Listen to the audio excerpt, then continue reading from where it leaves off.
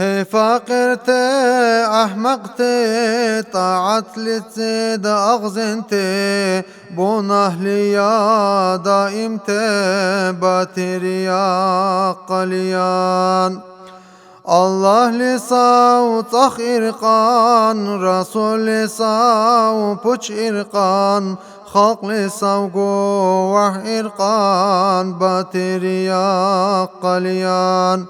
Vahla sıfat tak birkan, Tsub betutar dirkan, Şala orçi tsab birkan, Batiriya qaliyan.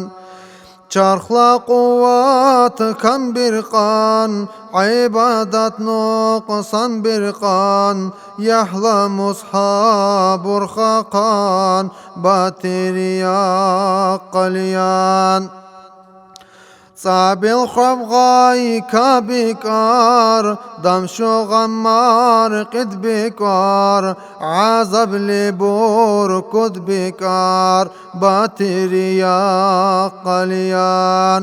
İtlum Allah yoldaş sab, adada harc ikansab, Ala çarxli zar alsab, batiriya qaliyan.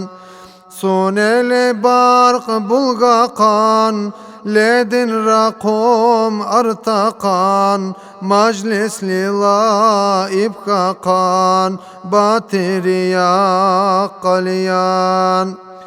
Karahat sabi bikar, Bunahuni daqdikar, Din taat zaif bikar, Batiriya qaliyan. Qaqari khor bikaqan, Doçeli hank bumtsaqan, Tsuba sopil berberqan, Batiriya qaliyan. Wari Ali qasbarqa, Şeytan alom çarbarqa, Çarxlit sila devbarqa, Bark batiz il qaliyan. Hana motor ladati, Xwabla mozali gamti, Kantse gamsa bi khayte, Batiriya qaliyan. Allah lisab dokose, Halk lisab di an birqay, Da'aku ala dakhri, Batiriya qaliyan. Kisalit arts dim'ante, Qulib goli dim'ante, Khunra lihalak warqay, Batim ale qaliyan.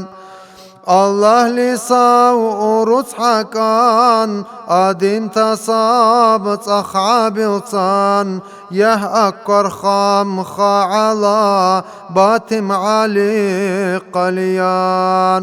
Allahümme salli ve sallim ve barik aleyh.